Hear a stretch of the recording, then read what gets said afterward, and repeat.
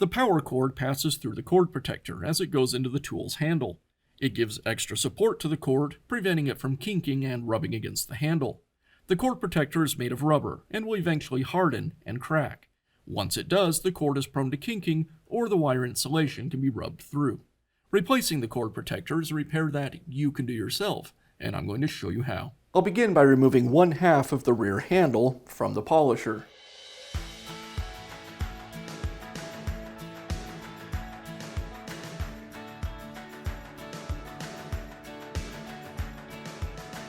Next, I'll remove the cord clamp and the screw that secures the switch to the housing.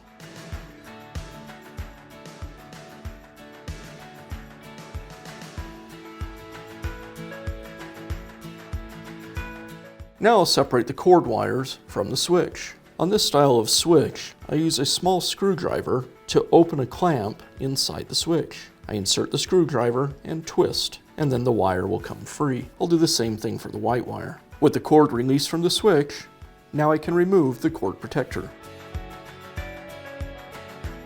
Now I can install the new cord protector. I'll thread the wires through it and install it over the cord's outer insulation. Now I'll reinstall the cord wires. First the black. I just simply push the wires into the openings on the switch, and then the white.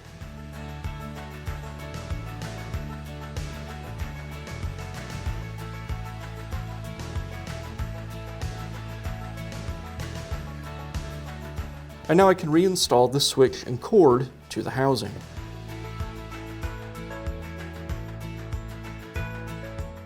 As I go, I'll tuck the wires into the housing.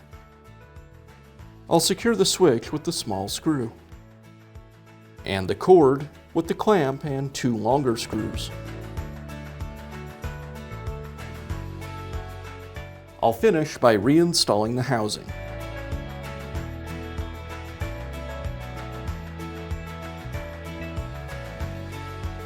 That's all it takes to replace the cord protector on your polisher.